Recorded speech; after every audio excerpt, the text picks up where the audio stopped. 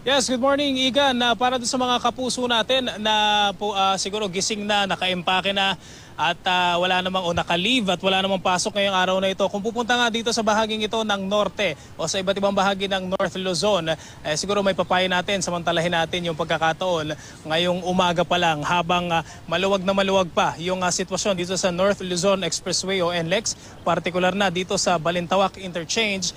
Mamayang makatanghalian, posible raw na magsimula na yung inaasahang taunang exodus o yung dagsa ng mga pasahero tuwing panahon ng undas. At nauna nang sinabi ng pamunuan ng NLEX na 10 to 15% ng volume ng mga sasakyan o karagdagang 30,000 ng mga sasakyan. Pareho rin ito yung madadagdag ngayong araw o ngayong undas at pareho rin yung inaasahang sitwasyon do sa Subic-Clark-Tarlac Expressway o SCTEX.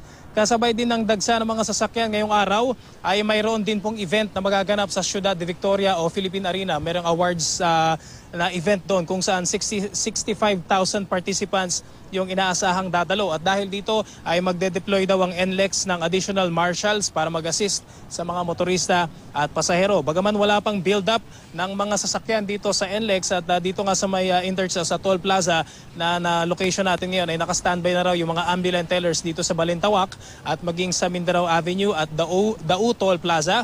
At paalala rin ng NLEX sa mga motorista, meron silang assistance centers na nakaset up sa mga gasoline stations ng expressway at pwede rin naman pong tumawag sa numerong 023-5000. Ulitin natin, 023-5000.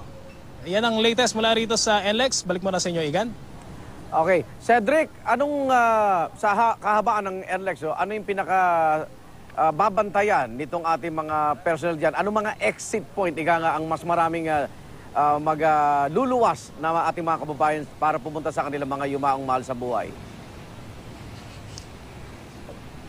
Ang very crucial dyan na Igan, itong kinatatayuan natin yung Balintawak Toll Plaza. Ito yung kalalabas lang nitong Quezon, papalabas pa lang ng Quezon City.